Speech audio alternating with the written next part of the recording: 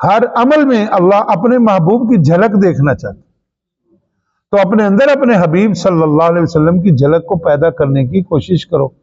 چہرے سرکار کی طرح بناؤ، لباس سرکار کی طرح بناؤ، کھانا سرکار کی طرح بناؤ، اٹھنا بیٹھنا ہر عمل جو ہے وہ سرکار کی طرح بنانے کی پوری کوشش کر دو. آپ کو کوشش کا اجر ملے گا بھائی. یہ کسب اور عمل کا میں ایک دن پہلے آپ کو بتا چکا ہوں، کسب کیا ہوتا ہے اور عمل کیا ہوتا ہے، اس کا فرق میں بتا چکا ہوں. تو آپ کوشش کریں. میری نیت تو یہ ہو نا، اور کم از کم نیتوں کا ثواب تو ملے گا، کم از کم نیتوں کا. تو جو بچہ نماز نہیں پڑھتا، گردن سے پکڑ گھسیٹ اسے. تیرے گھر میں آگ لگ جائے تو اس وقت اسے گھسیٹتا ہے. اور مجھے یاد ہے، اب پہلے بھی یہ بات کوٹ کر چکا ہوں کہ جب اعلان ہو گیا کہ زلزلہ آ جائے گا جی، رات اتنے بجے آ جائے گا، اور سوتے بچے گھسیٹ گھسیٹ کر لوگ گلیوں میں لے کر کھڑے ہو گئے تھے. اور باہر ان دنوں میں اس وقت میں منصور آباد میں تھا، تو وہ گٹروں پر کھڑے باہر لوگ، یہ کھلے میدانوں میں کھڑے لوگ. حالانکہ زلزلہ آیا نہیں تھا، لیکن یہ تھا کہ زلزلہ آئے گا جی، اور لوگ باہر کھڑے ہو گئے جا کر. سوتے بچے گھسیٹ گھسیٹ کر عورتیں، کسی کے سر پہ دوپٹہ ہے نہیں ہے. موت کا ایسا خوف ہے، اس موت کے خوف سے عورتیں بغیر دوپٹے کے بھی بچوں کو گھسیٹتے گھسیٹتے باہر لے کر جا رہی. تو چلو موت کے ڈر سے ہی کر لو یار، اللہ کے ڈر سے کرو. اگر اللہ کے ڈر سے کرو تو پھر تو کمال ہے نا. وَلِمَنْ خَافَ مَقَامَ رَبِّهِ جَنَّتَانِ. اگر اللہ کے خوف سے کرو تو پھر ایک جنت نہیں، پھر تو دو دو جنتیں ملیں گی. تو اگر کچھ چاہتے ہو، کچھ پانا چاہتے ہو تو بھائی تھوڑی محنت تو کرنی پڑے گی. وَذَرُوا ظَاهِرَ الْإِثْمِ وَبَاطِنَهُ. چھپے کھلے سارے گناہ چھوڑ دو، اور اس لیے چھوڑ دو کہ پتہ نہیں کب موت آ جائے، پتہ نہیں کب سانس کی ڈور ٹوٹ جائے. شیطان کو ساتھی نہ بناؤ. ہاں شیطان سے بچنے کے طریقے ہیں. کبھی ہو جاتا ہے گناہ انسان جو ہوئے، تو آپ سے ہو گیا، اگر ہو گیا تو اس کے جواب میں پتہ کیا کرو؟ جو تیرا نفس کہتا ہے نا یہ نہیں کرنا، وہ کرواؤ اس سے. جو نیکی تیرا نفس نہیں نا، نماز پڑھنے کو دل نہیں کرتا تو کہا آج ایک تو نماز پڑھنی ہے نا، یہ نال 10 نفل اور میں پڑھنے، اس کو سزا ہے. تو یہ سزا دو اس کو. آج تو نے فجر نہیں پڑھی، لیٹ ہو گئی، 10 نفل اور پڑھ دے ساتھ، تجھے یاد رہے گا، تیرے نفس کو بھی یاد رہے گا. اس کو میں نے 1 سے روکا تھا، اس نے تو ساتھ 20 اور جمع کر دیے. تو اگر یہ ہو جائے گا تو پھر سیدنا عمر فاروق رضی اللہ تعالیٰ عنہ کو دیکھ کر ایسے ہی شیطان گلی نہیں بدل جایا کرتا تھا. ہاں جی، ایسے ہی نہیں بدل جایا کرتا تھا. تو بھائی یہ کرنا پڑے گا. اگر کرو گے دنیا بھی اعلیٰ اور آخرت بھی اعلیٰ. اللہ وحدہ لا شریک کی بارگاہ میں التجا ہے، مالک الملک مجھے آپ کو ہم سب لوگوں کو ان سب باتوں کو یاد رکھنے کی اور ان پر عمل کی توفیق عطا فرمائے. وما علینا الا البلاغ.